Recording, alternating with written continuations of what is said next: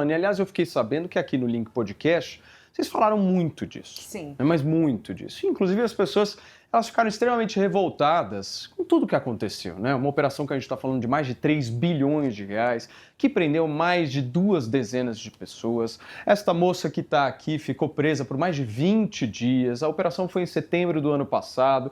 Tudo isso vocês já sabem, mas a novidade é que agora todos os bens que estavam bloqueados dela foram desbloqueados. E a Deolane veio a público, inclusive, para falar disso. A gente tem o vídeo, Leque, da Deolane aí? Temos o vídeo? Então vamos dar uma olhada, daqui a pouquinho a gente fala.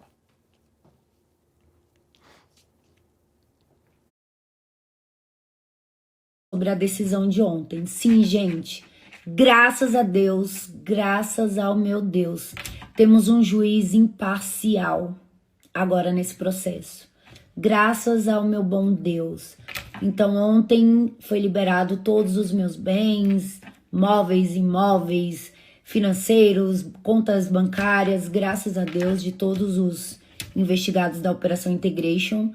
E ainda estamos aguardando o desfecho final.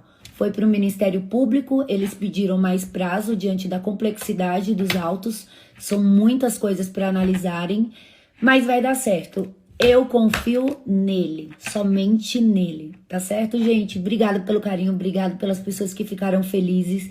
Eu agradeço do fundo do coração.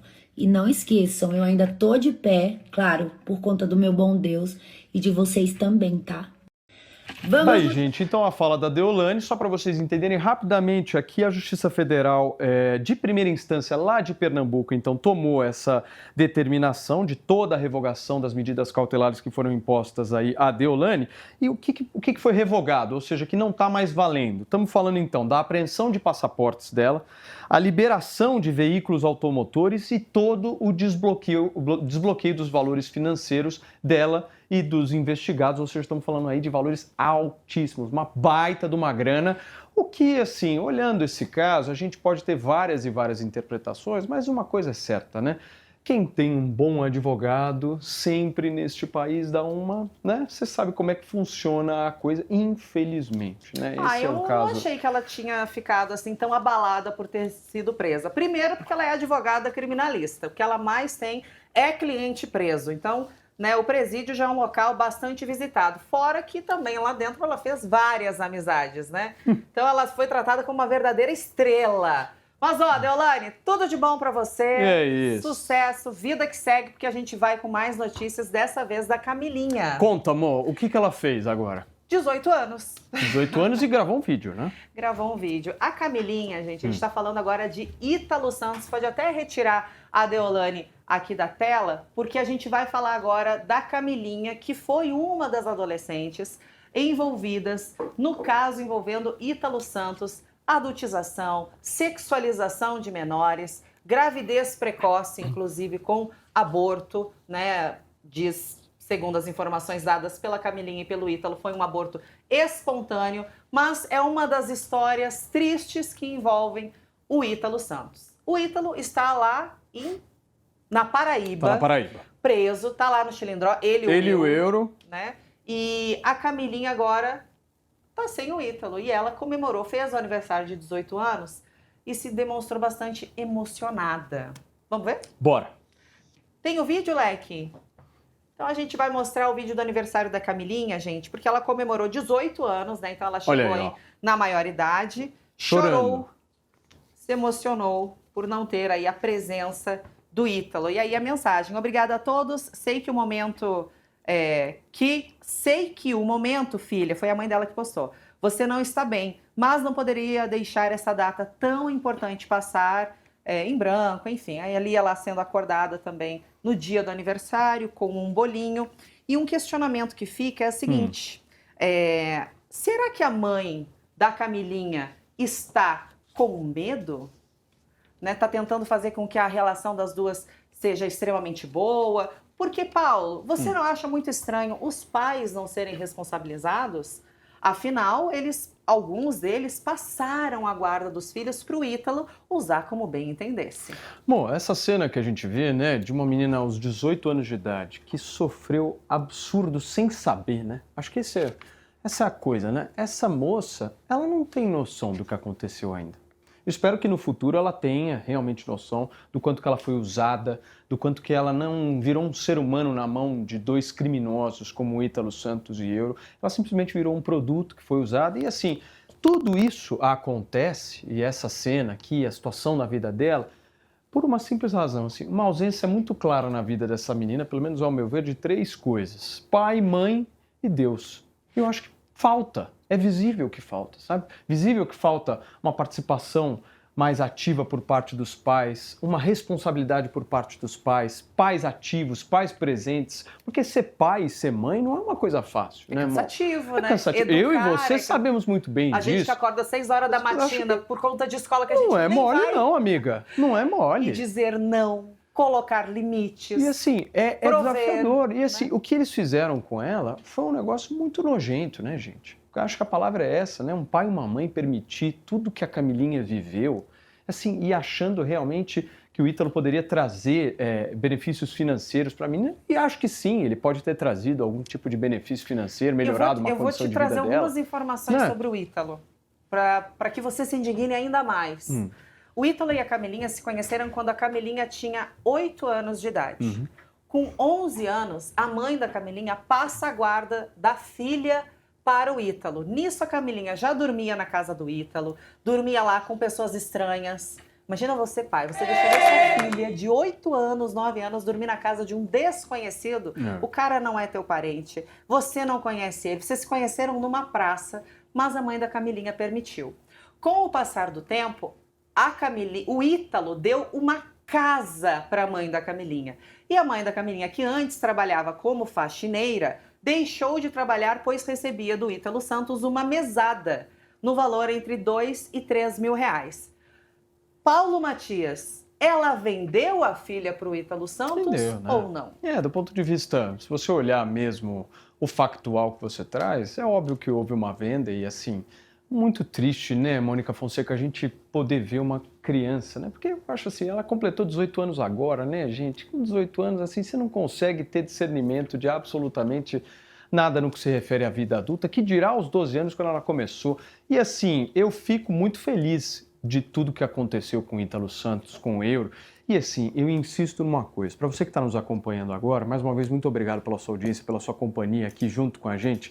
Eu acho que é importante a gente dizer uma coisa. As pessoas, elas falam muito do Euro, elas falam muito do Ítalo, mas existe uma cadeia de instituições, de pessoas que fizeram essa orquestra da adultização acontecer com essa criança e realmente isso precisa ser descoberto. O que eu estou querendo dizer com isso, Mo? Eu estou dizendo simplesmente que, gente, não achem que é só Ítalo Santos e Euro. O buraco é mais embaixo.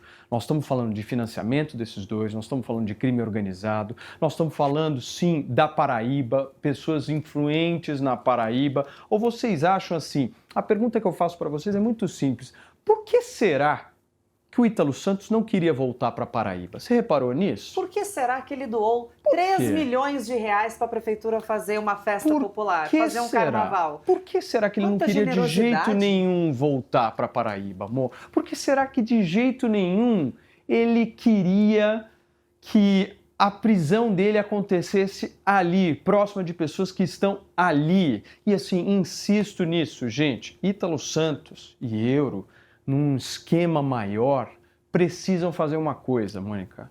Precisam delatar. A expectativa em relação a esse caso, pelo menos para mim, é o seguinte: o que eu estou querendo ainda ver nesse caso? Eu não quero mais ver nada da Camilinha, quero que ela possa se reconstruir. Mas agora a gente tem que ver a delação desse cara. Porque a delação desse cara pode mostrar, num cenário maior, coisas que vocês não fazem a menor ideia que aconteceram e que, olha, ainda acontece. Não pensem que o Ítalo e o Euro estão presos e que o negócio se resolveu, não. Eles estão porque presos não é verdade. Preventivamente. Não é verdade. Eles estão presos para não fugir, não é verdade. atrapalhar as Eles não foram investigações. julgados ainda, eles estão presos preventivamente, está tudo certo ainda, tal, mas tem água para rolar nessa estrada. E aí a importância da gente entender que esse cara aqui, olha como eles estão que agora. está inclusive agora com o cabelo raspado num procedimento absolutamente corriqueiro que existe em qualquer cadeia, esses caras aqui podem abrir a boca. E eu acho que agora, amor, cá entre nós, assim, a negociação da defesa do Ítalo Santos e do Euro está nesse pé. Pelas informações, inclusive, que eu fiquei sabendo de vários jornalistas que cobrem a área criminal, é de que, nesse atual momento, a defesa está negociando, sim, a possibilidade de uma delação. E aí essa delação, ela pode envolver justamente todo esse organograma que eu estou mencionando para vocês e que a Mônica também está trazendo aqui, de financiamento, de gestão política da coisa e, principalmente, de mais pessoas envolvidas nesse caso. Ou seja, os próximos dias podem ser decisivos, Mônica. Você lembra que 8 celulares foram retidos pela polícia que estavam com eles. E além disso, Paulo, refrescando a memória, inclusive de quem está nos assistindo, no dia que a polícia foi fazer uma batida lá na casa dele, uma apreensão, ele simplesmente limpou a casa, a van foi encontrada com vestígios, né, de tentarem, né, descaracterizá-la. Então eles tentaram tirar o adesivo, né, que dizia ali escolinha do Ítalo, escolinha do HS, né, do Ítalo Santos. E aí, Paulo, quando os moradores foram questionados pela polícia, eles disseram que a casa saiu de casa uma van com muitos equipamentos. Dias depois a gente descobre que esses equipamentos eram câmeras de segurança, câmeras colocadas dentro do banheiro, dos quartos, da cozinha, e que as crianças, os adolescentes, os menores eram gravados inclusive enquanto tomavam banho. E aí eu pergunto, faço questionamento para você que está nos assistindo e para o Paulo Matias também. O que ele fazia com essas imagens caseiras das crianças tomando banho, se alimentando, se vestindo, se drogando, tendo relacionamentos, porque a própria Camilinha falava nos stories que ela tinha relacionamentos sexuais dentro da casa e nas festas com outras pessoas, né, maiores de idade, até porque a Camilinha engravidou do irmão do Ítalo, Sim. Uma menor de idade engravida. Será que era mesmo do irmão do Ítalo? Porque depois eu fico pensando, a Camilinha, a Daininha, a Bruninha, todo mundo, né, no diminutivo, as meninas pequenas também, causa uma sensação tão ruim que eu fico me perguntando, será que era interessante para o Ítalo ter um produto feminino, né, que era muito infantilizado, porque sempre vendia com essa infantilização, adultização, sabe, esse viés do cara saber que é uma criança e colocar para fazer coisas de adulto e quando vai chegando ali na fase mais adulta, colocá-la com roupas de criança, né? Então, assim, roupas que pareciam até de sexy shop, né?